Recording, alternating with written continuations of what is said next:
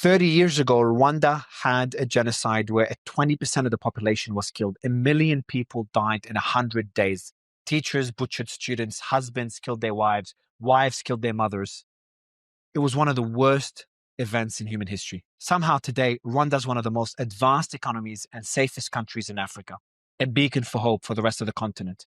I sat down with President Kagame, the man that led a country reeling from the worst atrocities in our lifetime to becoming one of the most advanced economies in Africa, one of the safest countries in Africa. He was involved in saving the country from genocide, leading the militia that overthrew the genocidal government, and then rebuilt the country from scratch, even below scratch, to where it is today. And now he's in the middle of a political turmoil where he's being accused of being involved in the war in Congo, one of the worst wars going on right now. I hope you enjoyed this interview. It will probably be one of the most memorable stories you've ever heard.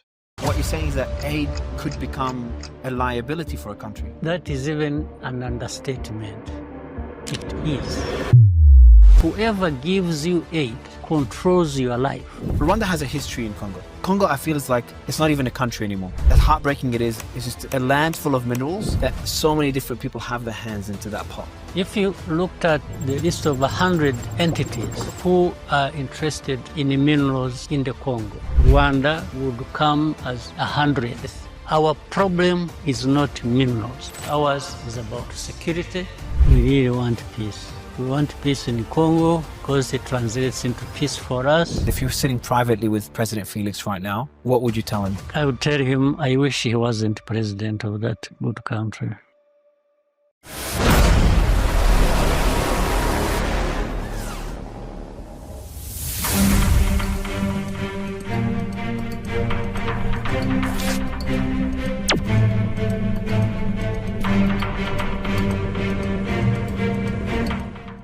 You came into Rwanda, the RPF came in, you took over the government, and you took over leadership after about 100 days, 3 months or so. And then you had a country, as you said earlier, that was just death. There was nothing there, just dead bodies and dogs eating those bodies. Mm-hmm. And anyone that was alive was either a participant in the massacre or someone that was lucky enough to escape. How? What would you do as someone that is in charge of such a country? What was the first thing you did to rebuild the country? Yeah, you got to find where to start from, and one of them was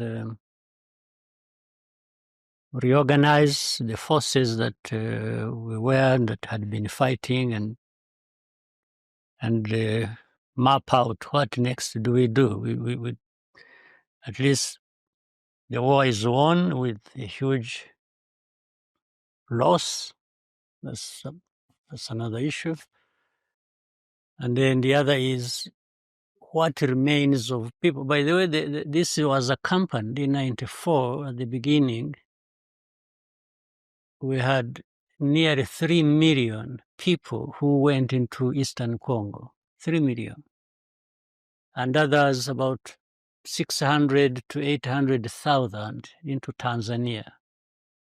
Wow. Yeah. So the whole country was emptied. Yes, and that was part of the strategy for them. It was like, if we are defeated, and then we shall empty the country so that these people, because they used to call us foreigners, that these foreigners who came in from outside, from Uganda, from Burundi, from wherever, by the time they come, they should find the country empty, meaning making it ungovernable, or even to fail to start from anywhere. So, but we did two things. We reorganized our own people, and we're in no way hiding the fact that this was almost an impossible task to rebuild the country that starts from below the scratch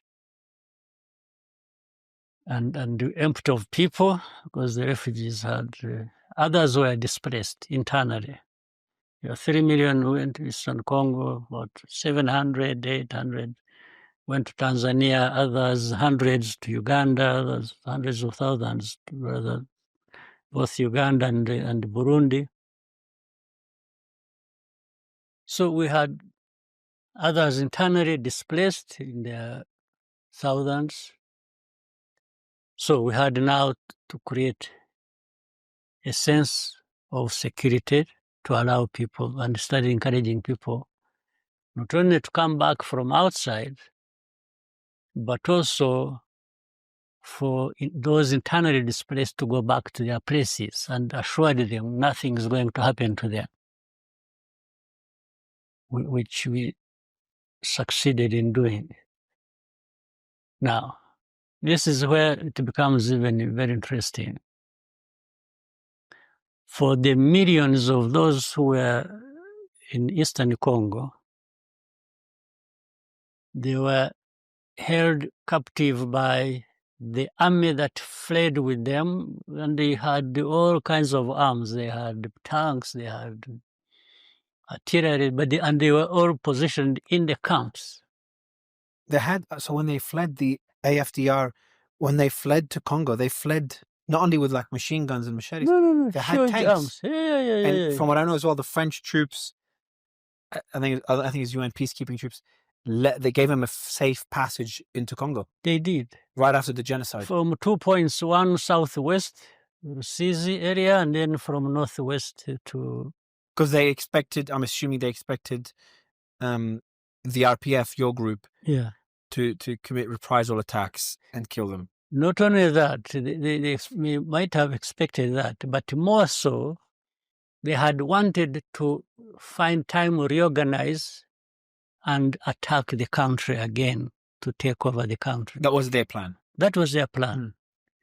That's how they went with arms. They went with everything, by the way. The treasury was empty, the central bank, all the money taken, everything. They were living in a place called Mugunga in Eastern Congo, where even now there are refugees. But the point I'm bringing up is interesting, that is interesting for me, is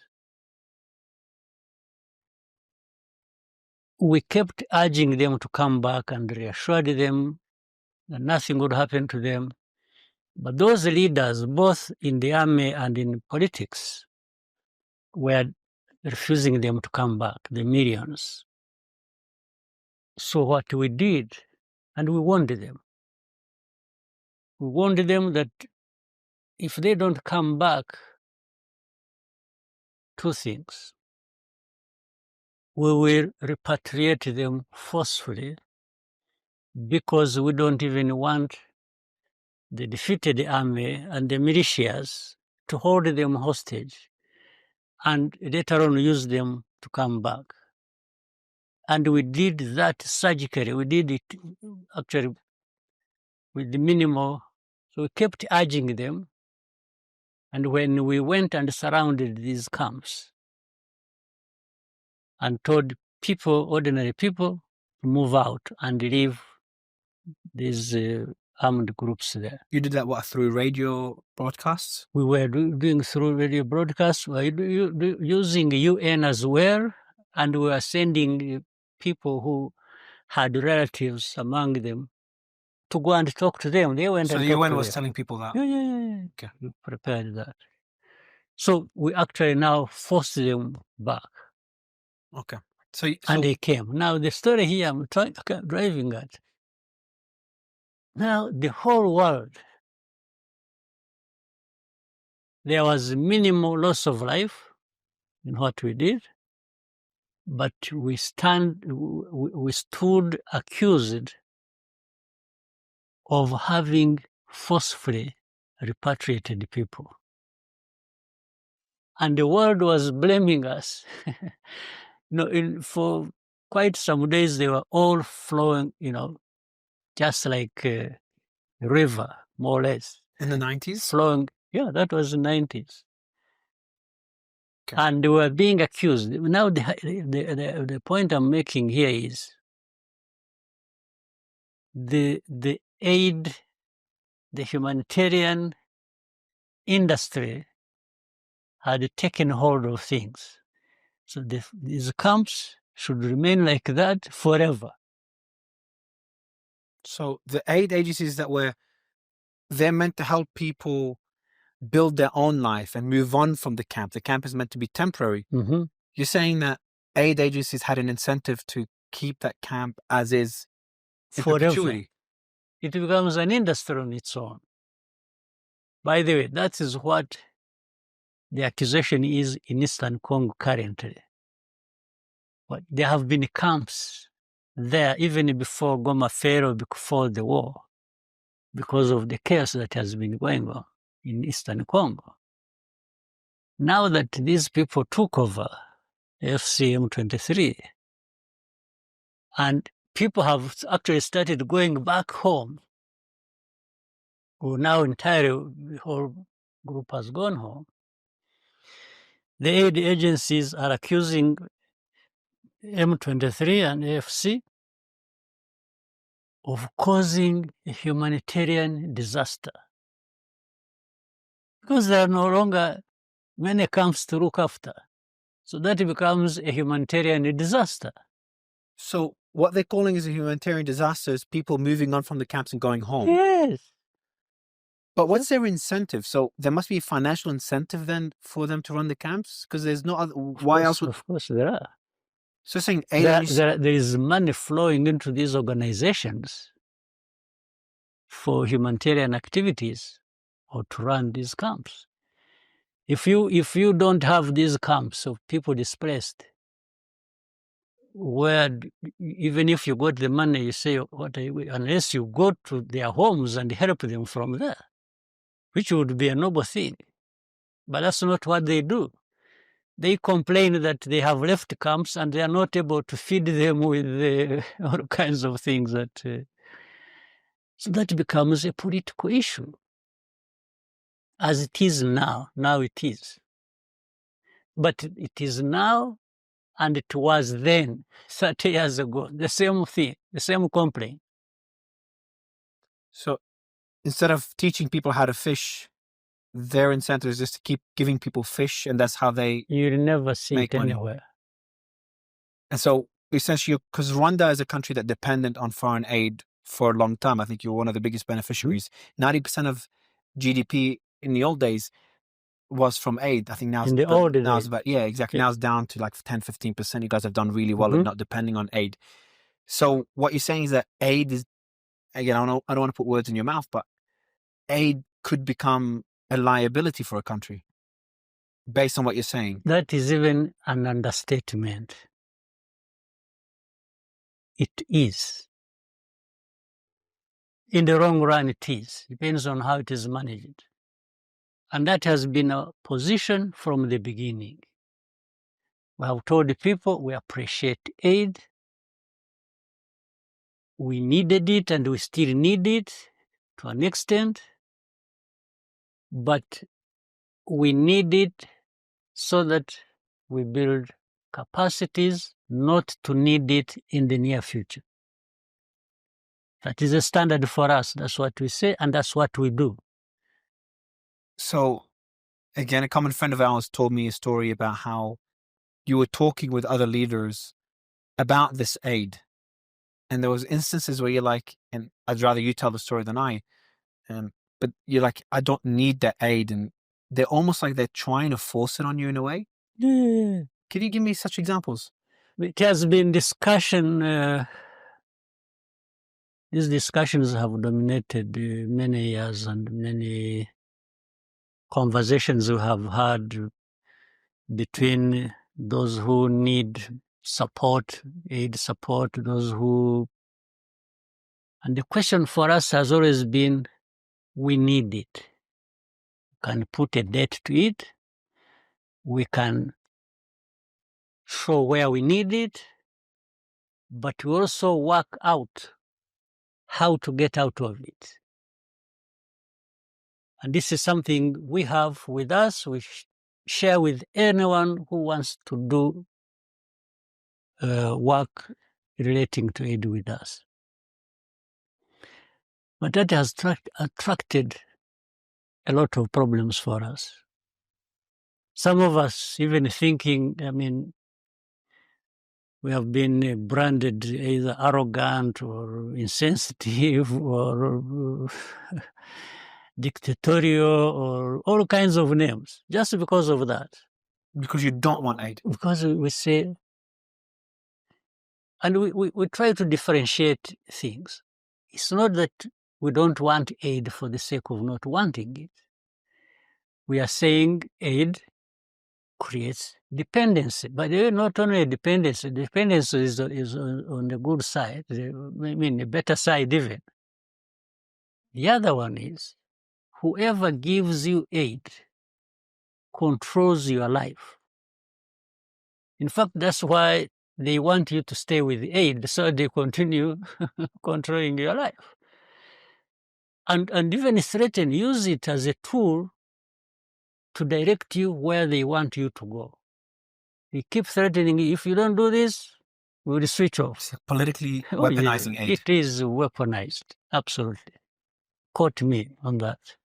And so how does that work? How can you tell an aid organization or someone, I don't want aid, and they're like, no, you have to take it? Like, can you give me an example of such an interaction? Well, let me tell you as an interaction. In 1998 or 9, no, I think 8, we used to get a lot of aid because of the situation we were in, 98.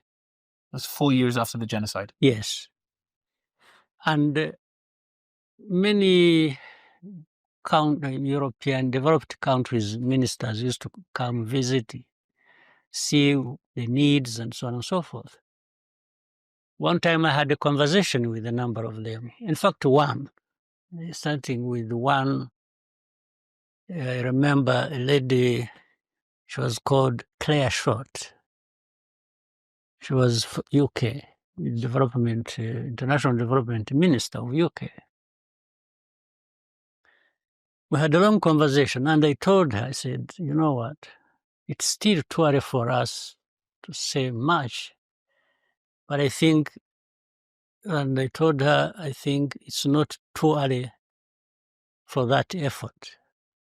I said, I appreciate your aid a lot. It's almost indispensable in that situation as we're in. I said, but at the same time, I want to start early to be responsible. And I keep talking to our ministers and other leaders that we need to start early being responsible for ourselves.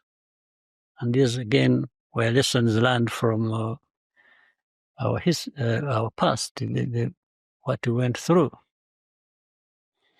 And I said, I want you to think about giving us aid, but on the basis that you and us agree on where to put this money you give us.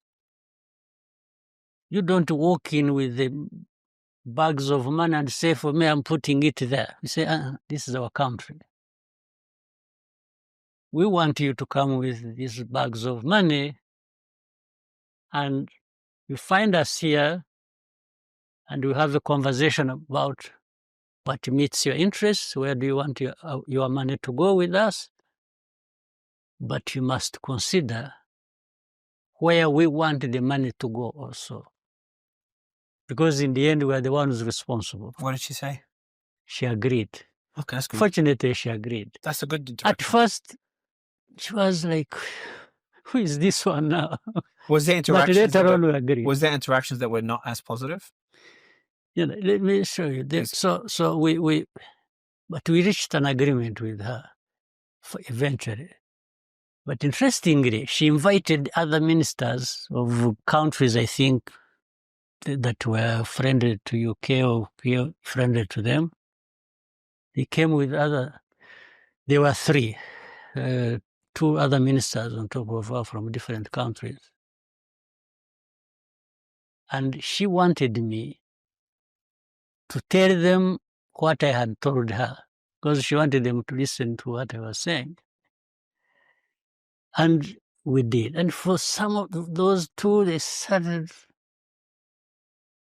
you would say, no, but our people will not accept this. You know, I said, okay, why should your people have a problem? On top of that, I had suggested to her that not only will you give us money, determine where to go, where to put this money by you and us, but we want you to follow up and make sure that we used your money correctly where we agreed. So we should have an audit, maybe after every 3 years. You've asked them for an audit. We were asking, yes, we said we should have audit. They would audit all of us. They would audit you if you really gave us the money you promised you would give us. Mm. And if we use the money the way we agreed we were going to use it, and this money was not lost in the hands of people who stole it or something. And it worked. Later on, these two were also convinced. So with the 3 countries, they gave us the money, was followed up, audits were made, and they found we were just putting the money they gave us where we had agreed with. So it went how it should go. That's how it should. I mean, there's no question about it. What about USAID, for example? How is the experience with them? I'm not deeply. I don't have much knowledge about them and so on, but I'll tell you on the surface of it, at least what I experienced. Both when I was still a kid, living in a refugee camp, and I remember we used to see a lot of things coming to us. Sometimes it would be fish, then another time cooking oil, then labeled USAID. And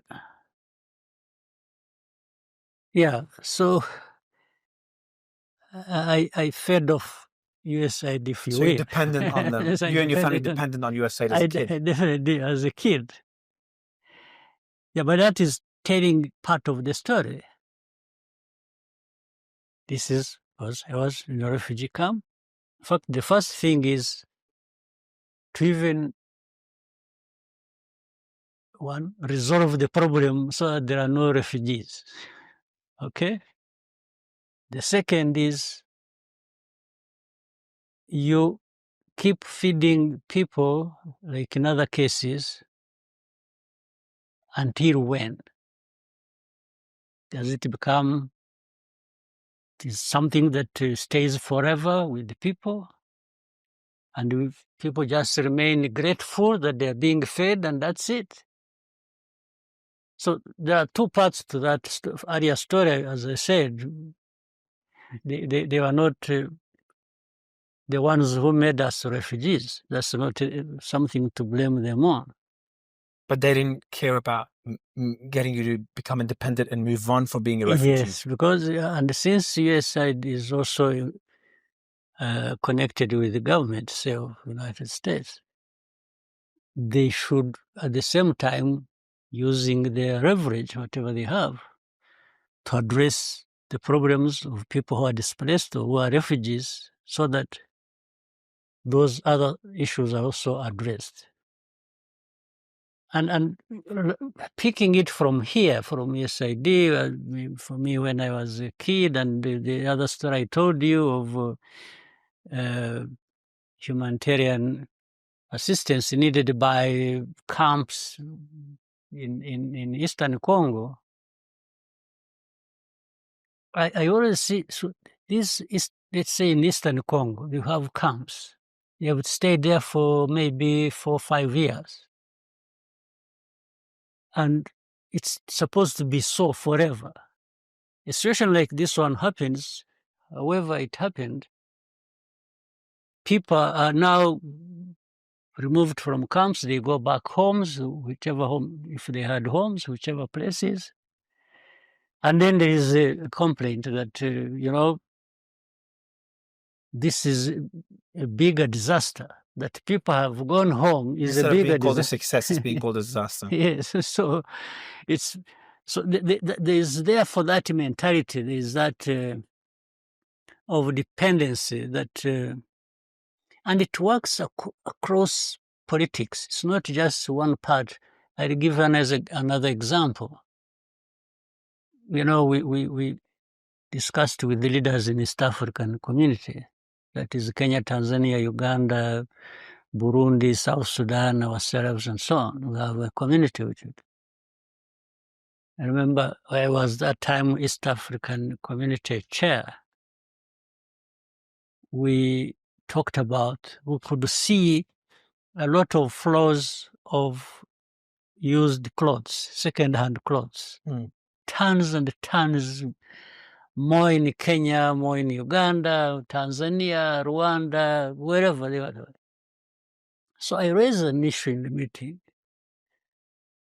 I said, and I told some of the countries I know in this community, I said, I know you grow cotton, a lot of cotton is grown in your country, in this country.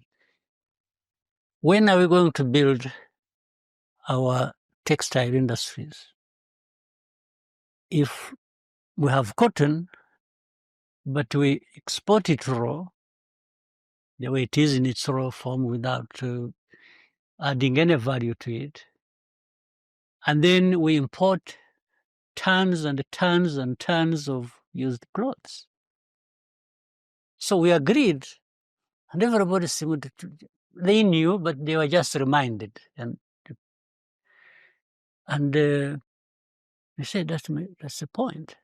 So we agreed we are going to actually make it very costly for people to keep pushing used clothes here so that in the end we develop our textile industries. After a few weeks, in fact, for us, we were not even. So the industry of pushing, they went to these leaders and warned them and said, no, you can't stop. Who did? It was from the US. The US? Yes. So they told leaders, you cannot buy this used clothes anymore. You cannot stop buying from us used clothes or importing them into Which your organization in the US was it? Maybe you'll come to understand it when I go to the last point. Okay.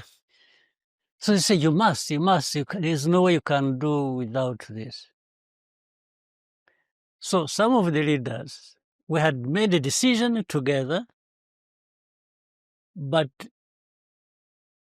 under pressure differently, leaders gave up that decision to not, and we were, in fact, we were also approached and they were told, you are making a mistake, you can't refuse taking in, otherwise you will be affected. They even warned us that if we insist, we are going to be struck off the beneficiaries of AGOA, African Growth Opportunity Act. So other aid was going to be crossed off because you don't want this. You didn't want this used clothes that was hurting your textile industry, that was preventing you from building a textile industry. Like, I don't want this. This helps us. This one helps us, but I don't want this one because it doesn't help us. They're like, nope. Either you take this one as well or we'll stop the good one. That's exactly what happened. Now, for us, before we realized, all the countries who had agreed to take that decision had already given up, and they were already importing used clothes so that they continue benefiting from United States. In the end, we were left alone. We didn't even know. And that time led us to being struck off the AGOA list. The others remained because they accepted. For us, we were struck off the list of AGOA beneficiaries because of this argument. But who makes those decisions? Is it like some junior people in those organizations that are like, no, we need to keep that up? I don't know. But we tried to argue back. We sent back messages. We were telling whoever we could reach and say, but this is not fair. Blah, blah, blah. They just ignored us. Did you talk to anyone? But could you bring it up with someone more higher level up, politicians? Yeah. The ones who are in charge of African desk, in State Department, and yes. That's crazy. So that tells you a bit of the story. Yes, that's about aid. It's about dependence. Yes. So you had to rebuild the country from scratch, and one thing that everyone talked about that you focused on was dignity, which for me it's so confusing that I had to literally search the definition of dignity because it's not something a term that I would use Why did the concept of dignity become so important for Rwanda after the genocide, and how would you define dignity? Yeah. For example, when I told you that we asked these aid donors to really give us a chance so that as we benefit from their aid, we're also building our own capacity so that we don't perpetually depend on them. That's about dignity. That's exactly what aid organizations should want you to do. Yeah. And it's about you putting yourself in a certain position that you really don't want to be dependent forever. It's about dignity. When we are telling people, don't push to us second-hand clothes endlessly. Let's have a time we can stop this, but also at the same time we develop our textile industries. It's about, you can't think like that and act like that unless you are mindful of what is your place in this world. It's about dignity. You even went as far as making begging illegal. Is that true? Or that's false? Begging. Begging for money. Was that it made illegal at any stage? In a way that I think that must have come from that, because So it was true. It was made illegal. it was true. Okay. It is true. You made that decision. And in fact, what we did, we put two processes in place. It's fascinating. Rule of law. Yes, we did two things. One is for those who are capable, we gave them a chance to be trained to do something so that they can live on their earnings rather than those who are not capable, either handicapped in one form or another. We have a mechanism in the government of looking after them from government coffers. So you kind of built it into a system where it no longer wasn't degrading as begging. It was no longer the dependence that existed during colonial times. You focus really on just changing everyone's mentality to no longer depend on others. That's exactly what it is. Because you could find some people on the streets begging, young men and women who are like 15, 16, 17. When they could go and work. When they could go, even started to do something. And in fact, we put a technical school which can take in up to close to 1,000 people in the western part of our country to teach people mechanics, or to be a mechanic, motor vehicle mechanic, or whatever, that category of things. And these young people were sent there, and they learned to do things. I was told, for example, the first batch that came out of that training, which went on for about 6 months, and then later on it was increased to a year. The first batch of 6 months, when they got out of that place, 70% found employment. Wow. 70%. Your model's becoming, like, the more I learned about what you did to Rwanda, especially after after 1994, you literally turned a country that was probably the most failed a country's ever been in Africa. It's just a complete genocide, to becoming the pinnacle of what Africa could become. And the model that you've built is something that other countries could emulate. And I know you've created an organization to teach other countries to do a lot of the similar things you're doing. Why aren't we seeing that in other countries, though? Or are we in Africa? Why is Africa still, as Christian said in one of our calls, it's always referred to as the country of tomorrow, because that tomorrow never comes? What are other countries lacking? What's stopping them from doing what you're doing? I can really speak for myself. For others, what I see, if they wanted to do things similar or like to ours, they can maybe succeed even more or better. But a decision has to be made by leaders and It's about politics. It's about politics. You can, and people are the same everywhere. If you brought them an opportunity in any part of Africa, if well, Africa is still lagging behind other continents, but what has made other people rich are the same things that they would make Africa rich.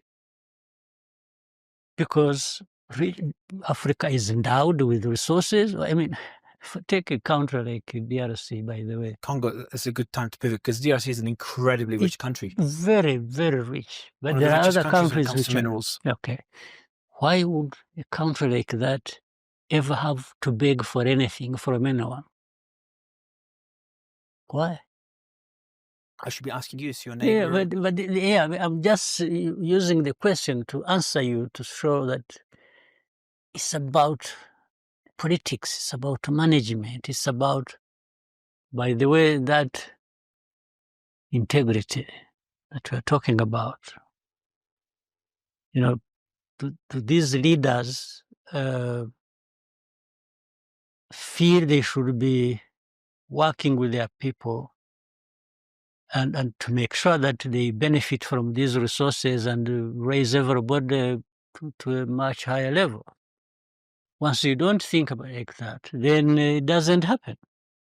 Because in every country of the continent, I'm sure in the United States you see many Senegalese, many Rwandans, many Congolese, many, and they are as brainy, as endowed, as, they have the capacities like those people in the United States or like in Europe and so on. Then why aren't they prospering in Congo? What is, like, Congo is a perfect example of this happening It's today. the politics of our continent. It's just the system is so flawed. It is just, yeah. The way I see it, so you have a history with Congo.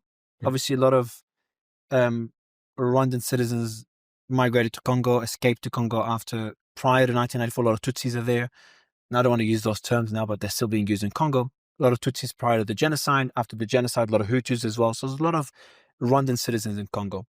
But are those that, by the way, there are those bona fide citizens.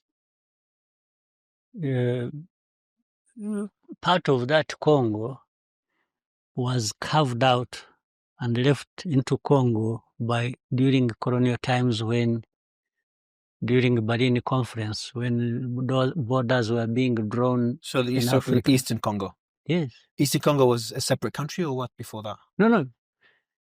I'm saying, when borders were being drawn, yeah, like the border between us and times. Uganda during colonial times, that is in the 1890s. Yes. So they drew a line. It was just an open place. They drew a line, left Rwanda on this side, what was later to be called Rwanda on one side, and the other side it was called Congo. But this line divided the families. Some of them Rwandan, even related, were left on one side and others on the other side. It's crazy. We have a similar situation with Uganda, by the way. Uganda and Rwanda. Yeah, Rwanda, yes. Southwestern part of Uganda, a place with about 1 million people. They are typically Rwandan. But by that divide, during colonial times, these people were left there as Ugandans, and others were left here as Rwandese. So just Africans split with lines. It is everywhere across the continent, in actual fact. That's crazy. So the issue now is, you can talk about others who migrated and went to Congo from Rwanda, or vice versa, whatever it is, before that, whatever it is. But there are those who are indigenous to that place. And in fact, these are the ones who are fighting, whom the government is uprooting and saying, you go back to Rwanda. You're talking about the M23 now? Yeah. And we have, by the 130,000 people, refugees, from that group, 130,000. From Congo in Rwanda. Yeah, they've been living here for the last 23 years. And Congo doesn't want them back.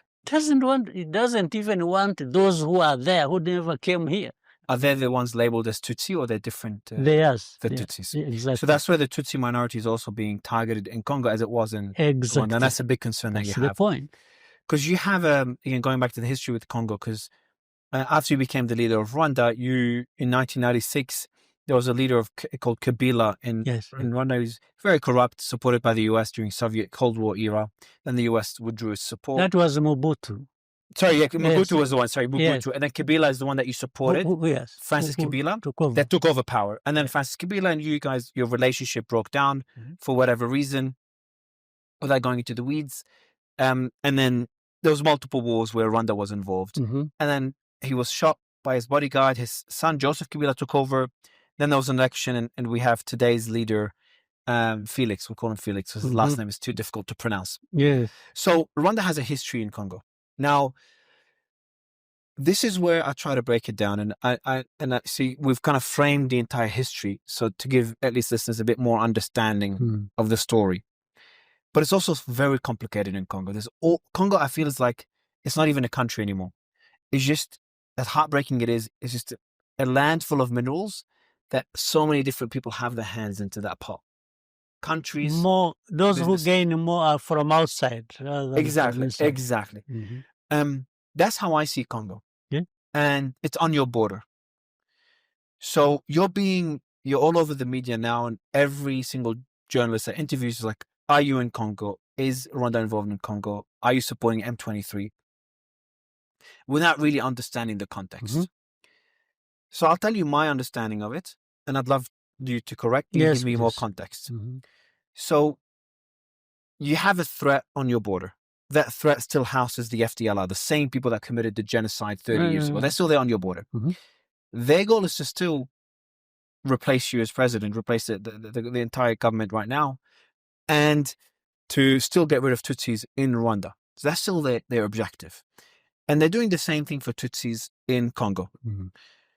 So the argument that Rwanda has concerns, security concerns, and you're still getting attacked by those groups on a regular basis, is a very valid concern that no one's talking about for whatever reason. Then there's the other argument of minerals. So the way I see it is there's all these different hands, some corrupt, some good, some bad, that are, some of them committing horrendous crimes to get access to the minerals in Congo, because it's such a wealthy country. And there's no real way of doing business with Congo. So the way I see it is there is a financial incentive for the Rwandan military or the government to be involved in Congo as well. And your preference is to do it above board. You want to do a deal with Congo, whoever's in charge, and get rid of that security threat, but also be able to do business because, you're landlocked, you have people to take care of, 13 million population. You have minerals in Rwanda, just not even close as much as Congo. So the conclusion that I came to with my limited knowledge is, you don't think the current government is doing the best job. You think that they operate in a country that everyone wants it to be unstable because that's how they get access to the minerals. You think the leader of the Mr. Nanga, who's the leader of the AFD, which is the M23 is part of, he's also technically the leader of M23. He could become a better leader than the current president. My conclusion is that the Rwandan forces are involved with M23. Potentially, you last time you asked, you said you don't know if there's troops there. I come to the conclusion that there is troops there for security concerns and potentially to be able to do business. That's the only way. And your end goal is for Congo to be stable, a country that's 10 times bigger than you, for Congo to be stable, even more prosperous than you if that's possible, and to do business with Congo a peaceful way. But you're not able to reach a path to that. So that's my conclusion. I might have gotten many things wrong. I'd love to get your thoughts on everything. I think you've kind of summarized things quite well. But let me also try to say this.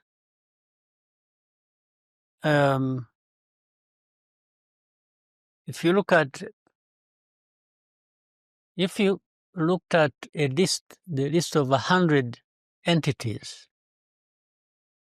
100 from wherever, China, Europe, US, Canada, and so on, including all of us in the region who are interested in minerals in the Congo. Rwanda would come as 100th. We would come at the bottom. If you ranked them 1, 2, 3, this. But the situation is such that it has been made to look like the ones least concerned with the minerals have been the ones accused for the entire problem of these 100 who get billions and billions and leave nothing behind. So Rwanda has come to be the ones to absorb it. So that is to absorb all the blame. All the blame. Because those that whole line up to the 99s are the people who have the power of the media, of everything. And for them, they're also benefiting from the bad politics of Congo. And most of these people probably have a share in the companies formed together with Tshisekedi. President Felix. Yes. Okay. So that is one. Mm. So our problem is not minerals. It has nothing to do with minerals. Ours is about security.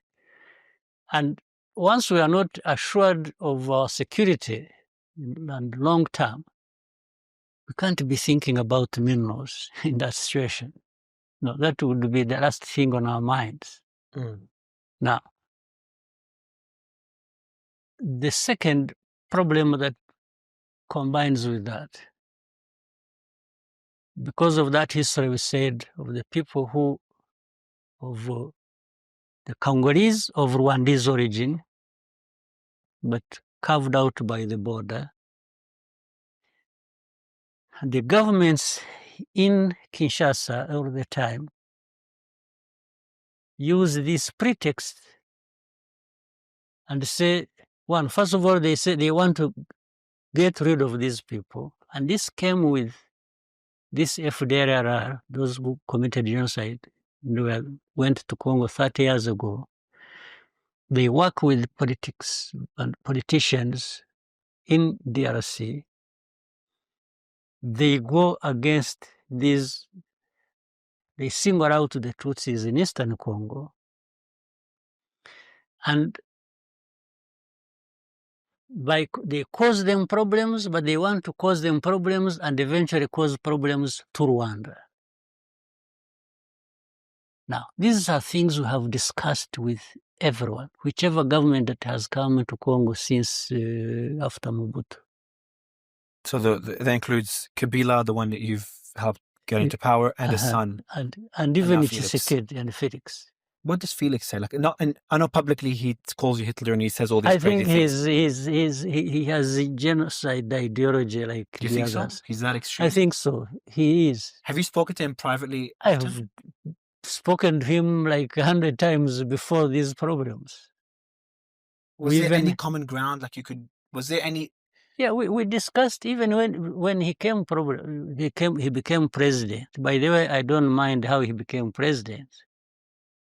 He was not elected both times. The first time he was handed over power by Joseph. Yes, there's no question about it. The second, he just declared himself, and that was it, and told everybody to shut up, and that's what happened. Okay. So, but that's not my problem. It is a problem I think Africa has bigger problems than getting to democracy. But when you look at it, let's go back to UN a bit again. The UN has been there now for about 24 years, has been in Congo. UN. Even currently it is there. They have had about 17 to 18,000 peacekeepers, so-called, in that place from different countries. Well, some from Latin America, others from North Africa, others from Asia, they are all over. They have spent, if you calculate the amount of money spent on that mission over that year, over that period of 24 years, is close to 40 billion. Now, the question number one is, what did they actually come to do? To keep peace? Which peace is there? To bring peace? Which peace have they brought? To solve the problem concerning Rwanda of security of these FDLR that have lived there for the last 30 years? Nothing. So why are they there? The only thing they did relating to this, they have over time repatriated some FDLR and their families. Back to Rwanda? Back to Rwanda. It's on record. It's recorded. The rest, I don't know. So why are they there, in your opinion? This is the whole thing. This is the crookedness of the whole international system we are talking about. So you I think can't answer. So essentially, there's so many, as you said earlier, there's so many hands in the pot when it comes to Congolese minerals that they. So many. So the only, and they're non-governmental hands, yes, or governmental as well, both. Some smaller governments, but It's a lot of both. private companies. Yeah, It's both. It's Okay. very much governmental, even those governments from outside. So they create something, UN peacekeeping force, humanitarian this, and then to cover up everything else that is being. So because when you ask, you say, yeah, we are helping the people in the camps. You know, when they do this, you say, no, but you see, we put some FDR on the trucks and carry them to Rwanda. This is what has cost 40 billion. Yes, and on top of that, tens of thousands of lives as well. yes. Like what the But stories. if you ask them, you say, what security did you bring to Rwanda concerning them relating to FDR? There's nothing. That's why they are still there. That's why they were being brought into the country, those who were captured during this fighting just 2-3 days ago. Yeah, I heard that the last few days there's a general that was part of the. As you talked That earlier, is the one I told you who killed my own aunt. which I didn't know she was also royalty. Yeah, she was. She's a cousin sister to my mother. Okay, so based on what you've said so far, you know, I try to always kind of put myself in your shoes. Obviously, it's a lot harder than it sounds. But your solution would be to support a group that could either create a security buffer zone on the border. Let me tell you this. We have been demanding for years, and we'll keep doing so until we get it. Our borders, this time and particularly with DRC, must be secure from these people. And the world knows about and has ignored. There's no question about it. So they've essentially left you no choice. That's what it means. And we have, but by the way, let me say something else. This fighting that started 3 years ago did not start with Rwanda. Those guys who started the fighting did not come from Rwanda. You're talking about M23. M23. Yeah. Their problem was there in 2012. So the problem came back 10 years after. It means in between, nobody addressed their problem, neither Kinshasa nor anybody else. And they are the ones who started the fighting. The way it is brought, the way Rwanda is brought into it, is by saying, these are Tutsis. It's like you wanted to finish them one way or the other, either by sending the entire group to Rwanda to live there and leave us alone, leave Congo, or kill them and finish them. So that didn't happen.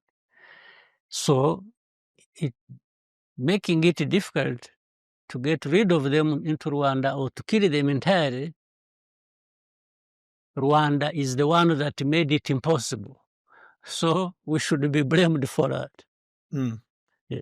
One question I asked as I did my homework is, I'm like, why would the president, from the outside, and I think you'd agree, is that it looks very evident that that Rwanda's supporting M23, and I'm saying this myself, so you're not saying it. I wouldn't even run away from. It depends on what you see. Why sometimes we have been vague and so on. I'll tell you this. I'd love to. Yeah, I'd love you to tell me, and I think I know why as well. You see, if they keep saying, "Are you in Congo?" and I say yes, that becomes they blame you for everything. The only problem, and that is the end of exactly. That's what I learned. So this why it even has legal implications. They see, he even said it, and the other problems why Rwanda could have gone there or why they could have done this, all those problems are forgotten. The only problem is why are you in Congo? And they blame everything that's happening in Congo. It's been happening for decades with all these different groups fighting, all these different countries with their hands in Congo. Everything's gone because Rwanda said that small country with 13 million people said they have troops, or they have not troops, sorry, they're supporting M23. All the minerals that have been worth billions and billions, they say, you see, the whole money was taken by Rwanda. For us, we are... Yeah. That's what I learned, because I was really confused on. Yes. No, that's the reason. Because you're a very direct person, so you're always very honest, very open, very direct. Your team said, I tried even on that to be direct, because I said Rwanda has taken defensive measures. It's up to anybody to interpret whether that means I went into Congo, or I'm very close, or I'm... But they want that soundbite. They want that soundbite. Which I don't. I'm intentionally trying not to get that soundbite. I can't give it to them. I don't, exactly, because it's just a very, honestly, it's a very unethical way of really having a discussion. Instead of trying to understand the issue, you try to get the soundbite so you get the clicks, and it's just a very disingenuous way of having those discussions. Yes, that's so. Otherwise, I like when they ask you, "Is there Rwandan troops in Congo?" I don't know. Like, you're the president. How do you not know? I was like, I don't know many things. Many things I don't know. Including why somebody would be asking me that question when he knows the truth. Exactly. So, but what is the solution? Like, for me, what always drives me to have these discussions is I always try to find solutions. I'm a bit naive because I simplify very complicated problems. But sometimes simplification helps you get some progress. So when you look at Congo, how can we solve it? Like, can it be solved? It can be solved. Even if it wouldn't be solved in a perfect manner, but it can be solved at least to give everyone peace. Let me start with what it is now. Now, what is needed is for parties involved and others who want to support to stop the fighting, have a ceasefire. 2, it is to find a process that resolves political issues peacefully. And that will require the leaders of Congo to take the bull by its horns and accept the reality and say, I must talk to these Congolese opposed to me. I must listen to them and what are their grievances. Even if they picked out of 10 grievances and they picked 6 and said, okay, on these ones we agree. On the other 4, we don't agree. That's progress. Now, 3, they must recognize the security concerns of Rwanda and address them because they are based in Congo, and in fact, they've been associated with the Congolese government. So there must be recognition of that. Now, the rest would come under that.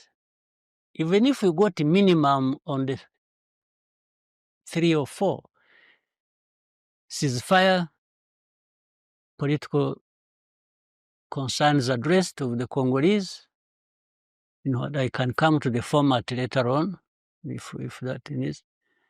Then security concerns of Rwanda, they are not going to be negotiated. So, but what is President? If you tell this to President Felix, what does he say? Like he has no incentive to. He Like keeps saying it publicly. He says he will never talk to these ones fighting him. He has to finish the problem militarily. But why? I can't be responsible for what is in his head or not there.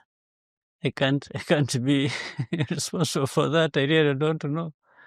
I can only say what I and yeah, but even those countries that have interests in Congo, it's their right to have interests there.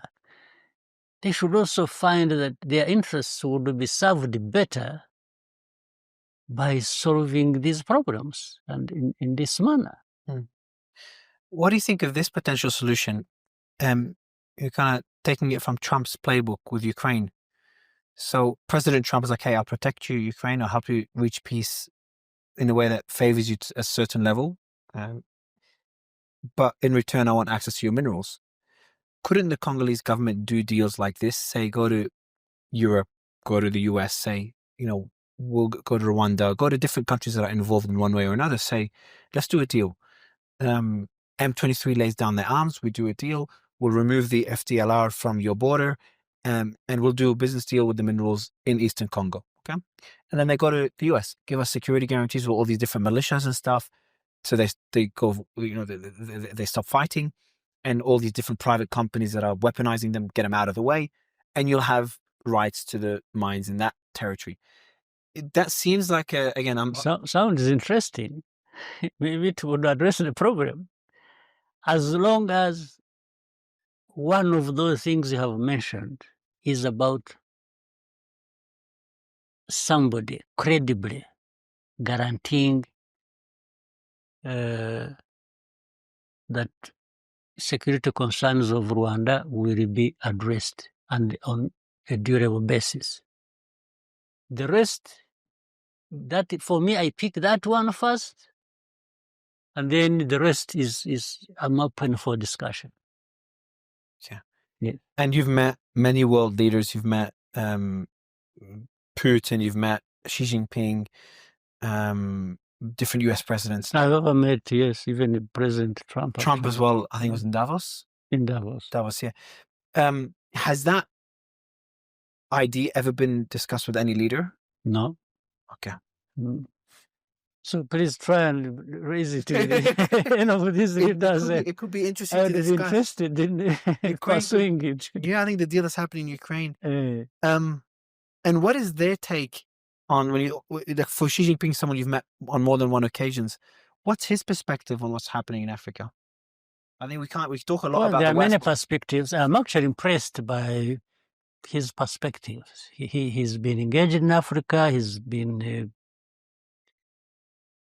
mainly economically. They don't get involved in the politics of countries except economic, which again, the benefits of that will depend on how the very countries are managed.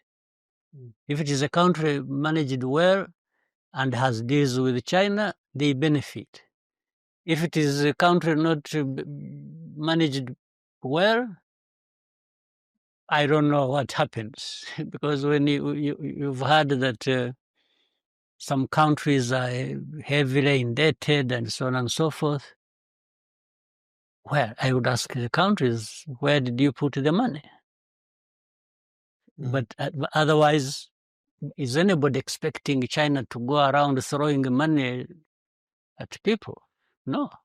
But they're not too interested in peace. Have they tried? Have they? Is it Chinese efforts for reach peace? They cannot. It can't be that they are not interested in peace when they are making such investments. Okay, so they're interested. Okay. Yeah.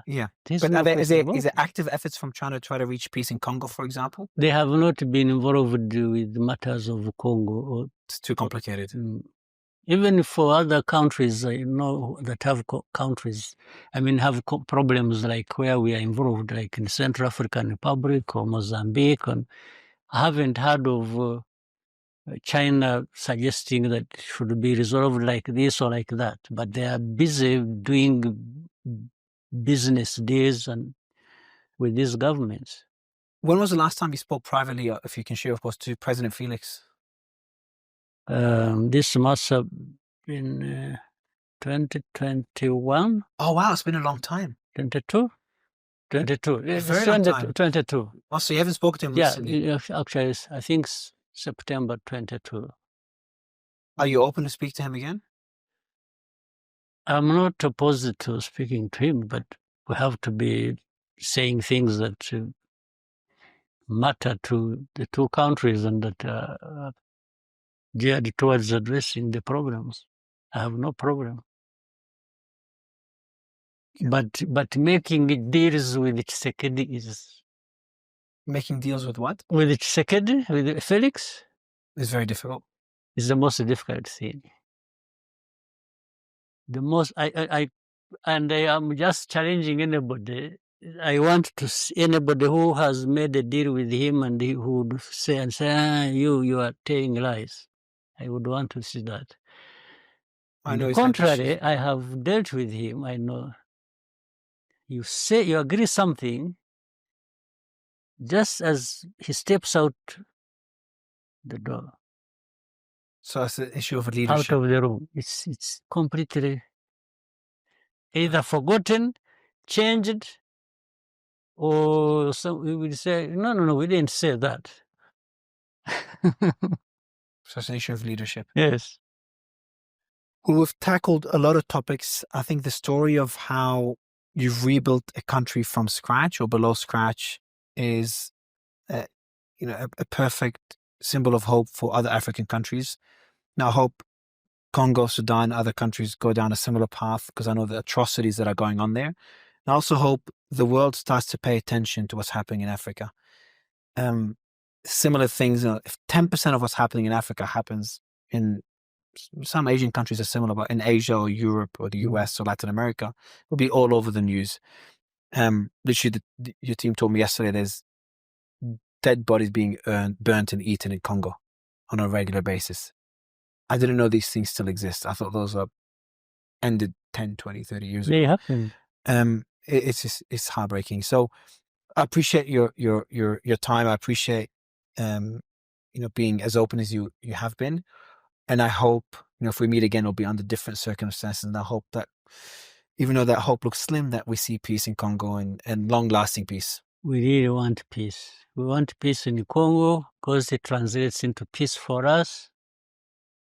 And so that we continue rebuilding our small country and that has had enough of suffering, more than enough.